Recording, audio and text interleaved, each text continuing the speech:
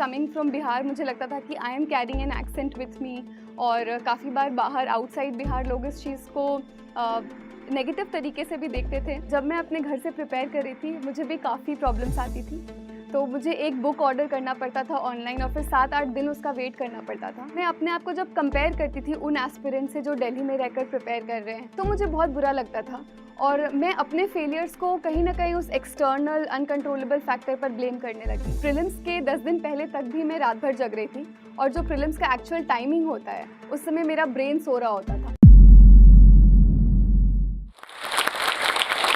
Hello everyone, मेरा नाम गरिमा है और मैंने इस बार यूपीएससी सिविल सर्विस एग्ज़ाम में सेकंड रैंक प्राप्त की है।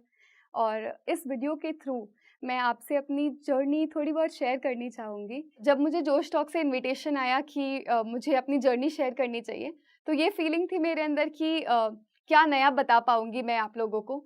तो मुझे भी काफ़ी इंस्पिरेशन मिली थी बाकी लोगों की जर्नी से, जो उन्हें उस समय लगा होगा कि वो अपनी जर्नी के थ्रू किसी को इंस्पायर तो नहीं कर पा रहे, बट यू नेवर नो, आप अपने लाइफ के कौन से इंसिडेंट से किसी एक भी इंसान को अफेक्ट कर पाओ, इंस्पायर कर पाओ। तो अगर आप मेरी जर्नी से थोड़ा भी रिलेट कर पा रहे हैं and I am able to inspire you, guide you, help you और talk to you as a friend, I am more than happy. तो जब हम लोग एक एस्पिरेंट की तरह प्रिपेयर करते हैं तो काफ़ी बार हमें 3 साल 5 साल इस पूरे प्रिपरेशन जर्नी में लग जाते हैं। We live many lives as an aspirant, on personal front, on family front. तो उस पूरे जर्नी का कुछ पार्ट मैं आपके साथ आज शेयर करना चाहूँगी। तो let's start with how I began preparation for UPSC CSE. तो एक इनिशियल मोटिवेशन होता है सबके अंदर, जो मोस्टली ड्रिवन होता है with social prestige associated with the exam, और ड्रिवन होता है कि एक राइट करियर अपॉर्चुनिटी है, क्योंकि the platform that we get is diverse and जो जॉब्स और जो चेंज आप ला सकते हैं एक सोसाइटल लेवल पर, वो बहुत ही ह्यूज है। लेकिन the main daunting task is not how you start, but how you stay in this preparation. Start तो सब कोई कर लेते हैं, बट इस प्रिपरेशन में टिके रहना फेलियर्स को देखने के बाद भी, आई थिंक ये सबसे बड़ा फैक्टर है इस एग्जामिनेशन में।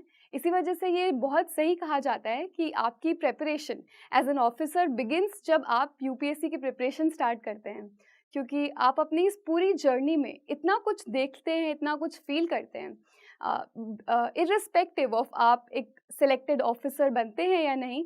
आई थिंक ये exam changes you a lot, gives you new perspectives in life, और कुछ ना कुछ करके यूपीएससी आपकी लाइफ बदल देता है। तो अब बात करती हूँ मैं अपने पर्सनल जर्नी की। तो मैंने एक बहुत ही छोटे शहर से प्रिपरेशन की है। I stayed in Buxar district of Bihar, और मैंने अपनी स्कूलिंग वहीं से की 10th तक। फिर 11th एंड 12th के लिए मैं बनारस एक हॉस्टल में रही, एंड देन मैंने अपना graduation Kirori Mal college university of Delhi से किया। और किरोड़ी मिल कॉलेज आने के पहले तक मुझे ऐसा लगता था कि शायद I will not be able to compete with the people of outside world, with the people जो लोग कॉन्वेंट से पढ़कर आ रहे हैं या जिनका एक्सपोजर मुझसे बेटर है। मुझे ऐसा क्यों लगता था कि मैं कम्पीट नहीं कर पाऊँगी, बिकॉज़ मेरा जो अपब्रिंगिंग है वो एक छोटे शहर से है। मुझे काफ़ी एक्सपोजर नहीं मिला, काफ़ी अपॉर्चुनिटीज़ नहीं मिला, जो आजकल बच्चे 10th तक ही गेन कर लेते हैं। और रोज़ दिन ब दिन द सोसाइटी और जो स्कूल एजुकेशन सिस्टम है वो बहुत कॉम्पिटिटिव होता जा रहा है। बच्चों के पास को करिकुलर्स का एक्सपीरियंस होता है, a lot of exposures are there, but वो सब मुझे नहीं मिला। और मुझे कुछ स्पोर्ट्स में भी अच्छी खासी डेवलपमेंट नहीं हुई थी, तो मुझे हर चीज़ से रिलेटेड लगता था। प्लस कमिंग फ्रॉम बिहार मुझे लगता था कि I am carrying an accent with me, और काफ़ी बार बाहर आउटसाइड बिहार लोग इस चीज़ को नेगेटिव तरीके से भी देखते थे। बट धीरे धीरे समझ में आने लगा कि इवन पीपल जो बिहार से आए हैं या फिर कोई भी छोटे शहर से आए हैं, they are doing good in life, और वो मेरे धीरे धीरे अच्छे फ्रेंड्स बनते गए। और फिर मुझे रियलाइज़ हुआ कि लोग आपको आपकी पर्सनैलिटी के लिए जानते हैं, पहचानते हैं, आपके एक्सेंट के लिए नहीं, आपके बैकग्राउंड के लिए नहीं।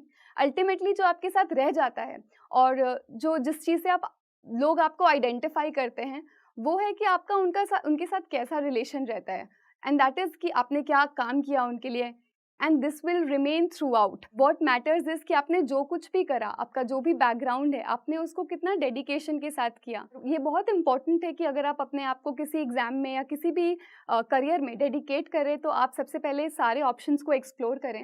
एंड इस चीज़ का एक्सपोजर मुझे दिल्ली यूनिवर्सिटी में मिला।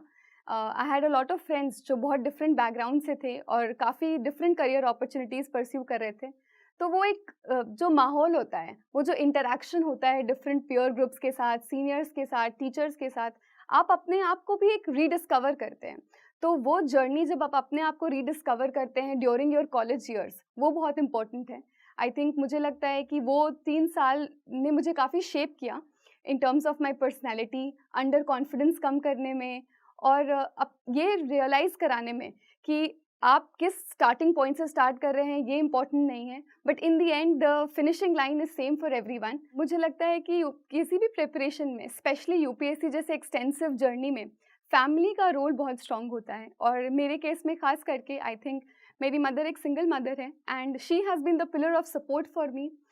मेरी जो एल्डर सिस्टर है, शी सैक्रिफाइस्ड अ लॉट। उन्होंने काफ़ी अर्ली एज में जॉब पिकअप किया so that we could get our education and सभी ने काफ़ी हेल्प किया है। तो आई थिंक मैं अपनी इस पूरी जर्नी का क्रेडिट अपनी फैमिली को देती हूँ। 2020 में कोविड के दौरान मैंने सोचा कि मुझे सिविल सर्विसेज की प्रिपरेशन स्टार्ट करनी चाहिए। जब मैंने प्रिपरेशन स्टार्ट की तो सबसे इम्पॉर्टेंट चीज़ होता है मोटिवेशन, कि मैं प्रिपरेशन स्टार्ट क्यों कर रहा हूँ। अगर आपका मोटिवेशन फैक्टर बहुत स्ट्रॉन्ग है and it is your inner desire, तो आई थिंक आप कभी ट्रैक लूज़ नहीं करेंगे।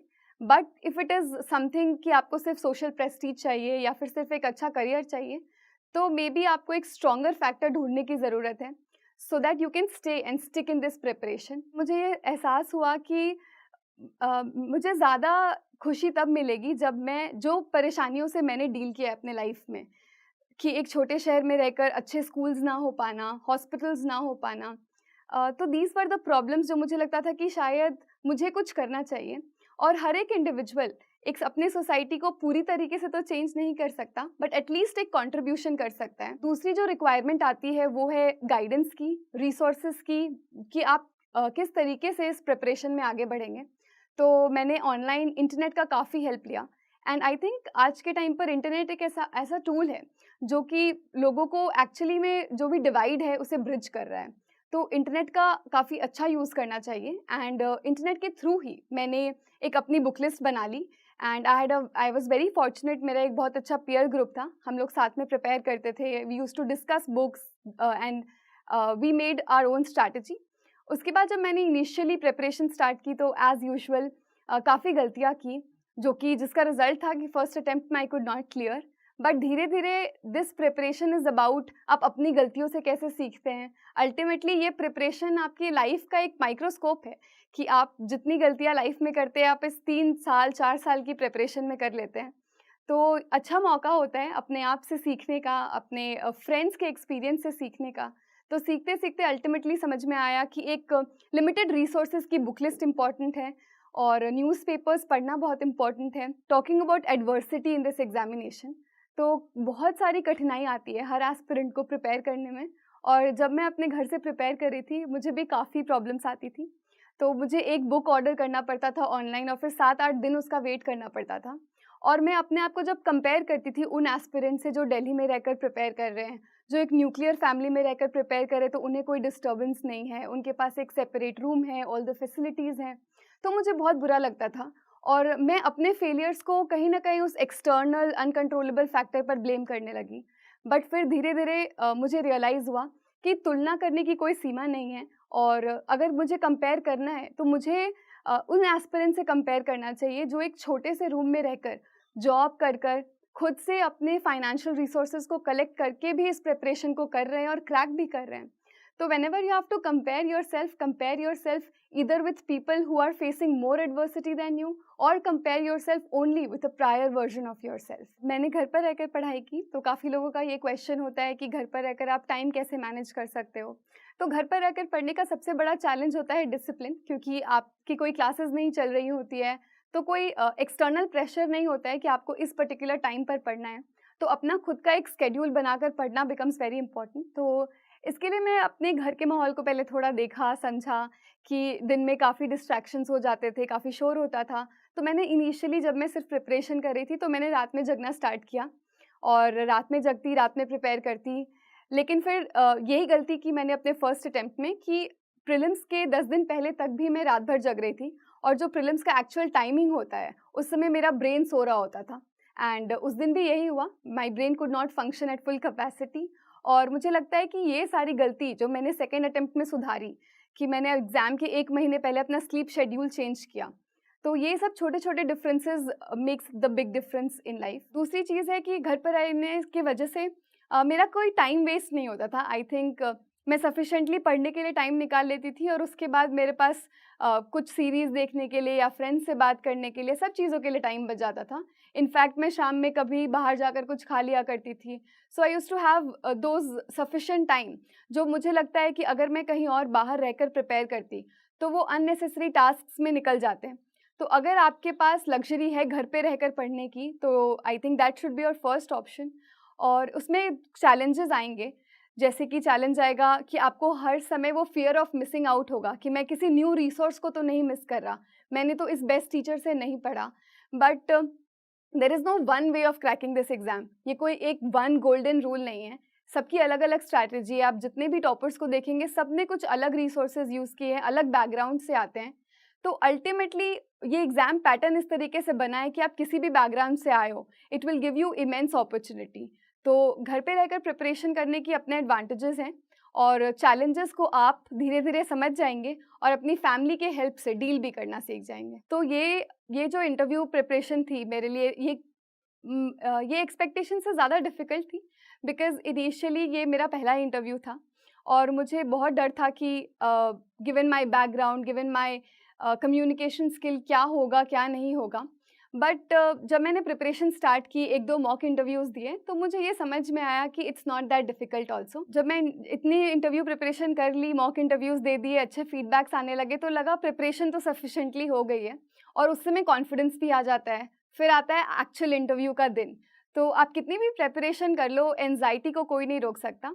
एंड सिमिलरली उस दिन इंटरव्यू वाले दिन आई वॉज एंक्शस, और इंटरव्यू रूम में जाने के 10 मिनट पहले तक आई वॉज वेरी नर्वस कि क्या होगा क्या नहीं होगा। जब आप उस रूम में जाते हैं, आपको लगता है कि people only want to have a conversation with you. Interview preparation सिर्फ और सिर्फ बुक्स पढ़कर या न्यूज़पेपर पढ़कर नहीं होता। आई थिंक आपके लाइफ के एक्सपीरियंसेस को भी काफ़ी पूछा जाता है। तो मुझसे एक क्वेश्चन पूछा गया था कि आप 3 साल कॉलेज के दौरान दिल्ली में रही हैं, तो आपने कभी दिल्ली हाट घूमा है या नहीं, और अगर घूमा है तो आपको क्या लगता है कि उसका क्या सिग्निफिकेंस है।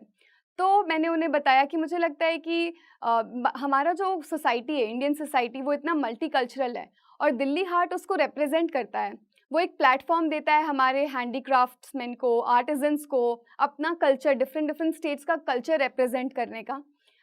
तो एक प्लेटफॉर्म है जहाँ पर आप इंडिया के डिफरेंट स्टेट्स को समझ सकते हैं, वहाँ की क्यूजीन, हैंडीक्राफ्ट्स एंड वहाँ के फेस्टिवल्स को सेलिब्रेट कर सकते हैं। तो आपके लाइफ के छोटे छोटे मोमेंट्स जो आपने कभी किसी से डिस्कस भी नहीं किए, मे बी आपको वो डिस्कस करने का मौका मिलता है इंटरव्यू प्रिपरेशन में। तो it's a holistic preparation, apart from आपने क्या पढ़ा, आपका क्या बैकग्राउंड है, छोटे छोटे इंसिडेंट्स लाइफ के, आपकी क्या स्ट्रेंथ है, क्या वीकनेस है, और इवन आपकी क्या ओपिनियंस है, वो उनके लिए ज़्यादा मैटर करते हैं। अब अगर बात करूँ अपने आप से एक्सपेक्टेशंस ऑफ रिजल्ट की, जब आप उस रूम से बाहर निकलते हैं, उस रूम से बाहर निकलते समय आई हैड अ फीलिंग कि नहीं, सब कुछ पॉजिटिव गया है। तो एक फीलिंग तो थी कि शायद ये एग्ज़ाम क्लियर हो जाएगा। मुझे कभी एक्सपेक्टेड नहीं था कि मुझे रैंक 2 आ जाएगी। एंड जिस दिन रिजल्ट आने वाला था, उस दिन सुबह तक मैं नेक्स्ट प्रीलिम्स की तैयारी कर रही थी।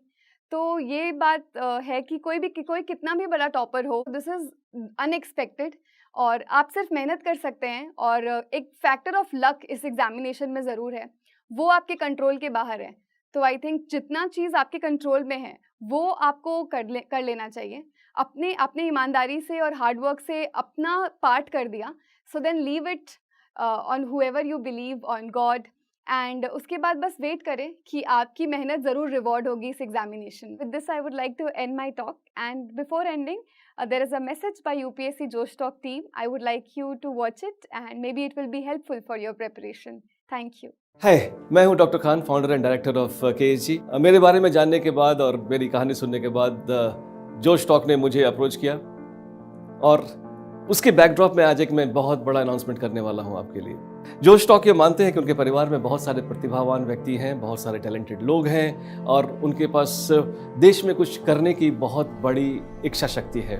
बट किसी वजह से, फाइनेंशियल कारणों से या कोई और ऐसी दिक्कत की वजह से, जिसकी वजह से वो उस गुणवत्ता के ट्रेनिंग एंड सपोर्ट को प्राप्त नहीं कर पाते हैं जो कि उन्हें उन सफलता के मुकाम तक ले जाएगी जहां पर वो देश की सेवा कर सकें। मैं मानता हूं कि देश के हर युवा में एक प्रतिभा है। जोश के माध्यम से आज मैं ये एक बड़ी अनाउंसमेंट करना चाहता हूं कि फाइनेंशियल इशू की वजह से अगर कोई स्टूडेंट अपनी प्रतिभा का प्रयोग नहीं कर पा रहा है तो वो दिक्कत आज के बाद नहीं रहेगी।